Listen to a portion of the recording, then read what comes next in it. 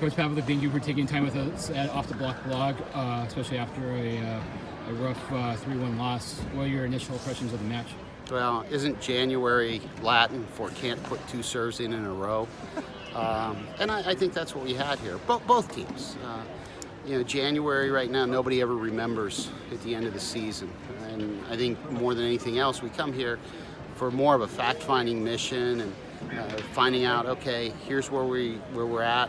Here's what we've got to do. Here are the teams we're going to play. And especially this year where this is going to be the setting for the NCAA championships, we'd like to get back here in May. And if we do that, we're using this as the dry run to kind of get acclimated to what we're going to see 4 months from now. So, I think the match itself was pretty much what I kind of expected from us, knowing what we've been through the last 2-3 weeks in training and getting ready to see this level of play. I think there were times where we played pretty well and times where we didn't. And, we're still a step behind, but those are some things that we're going to address between now and the end of April. No disrespect to the likes of Mount Olive, but how much of a jump in competition was a factor tonight? Well, it's not so much jump in. The jump in competition really reflects itself in the experience of the opponent that you play. You've got Micah, who's played internationally with the junior national teams. You've got guys here that have played and at a level that they know they have to play at to win. And I think that level of play is exactly why we come out here. If you don't execute, either if you lack communication, if you lack consistent first or second contacts, you're not going to get the ball back to have a do-over in the same rally. And chances are you're not going to side out as easily on the next play either, because they're going to come at you. They're going to ride that wave. And I think that's something that we have to get used to over the course of the next four months. That's what I've got to do for my team. Obviously, looking at the stat sheet, UCLA dominated by hitting percentage in the first, third, and fourth sets. But the one stat that jumped off the screen to me was the discrepancy in blocks.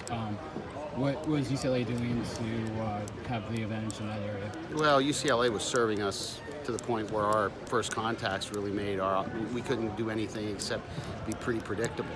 And if you're predictable against this team, they're going to get in front of you and they're going to challenge you.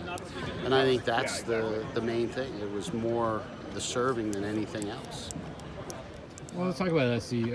Obviously, the one player that everybody will talk about is Sam Lewis, but what stands out to you with their play? Well, I think the group that Jeff Nygaard's throwing out there right now is just getting better and better. Seeing more physicality from them as the year goes, as the years have gone on.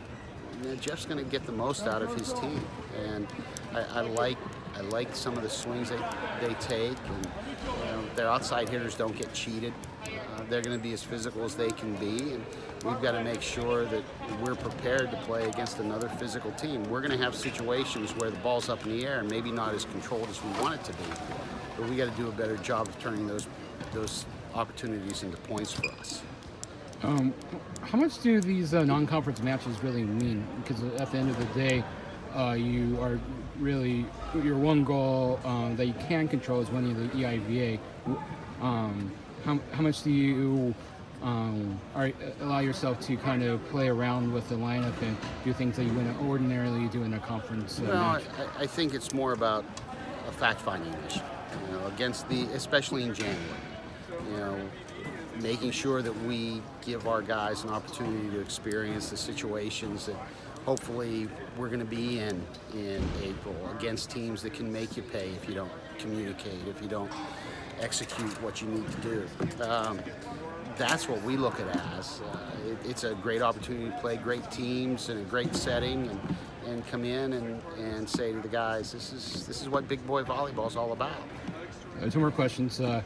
Obviously, you can see the person over my shoulder as from Motor MVB. Can you speak to the work they're doing to grow the game? Fantastic work. I think Wade and group are doing an outstanding job of bringing men's volleyball to the forefront, of making sure that people understand that we're a game that needs some help and needs some mentorship, if you will, and support in the idea of let's get some of these other great institutions offering the men's game for the grassroots players that are out there. They're growing, and we need to find a place for all these guys to go and have a great experience.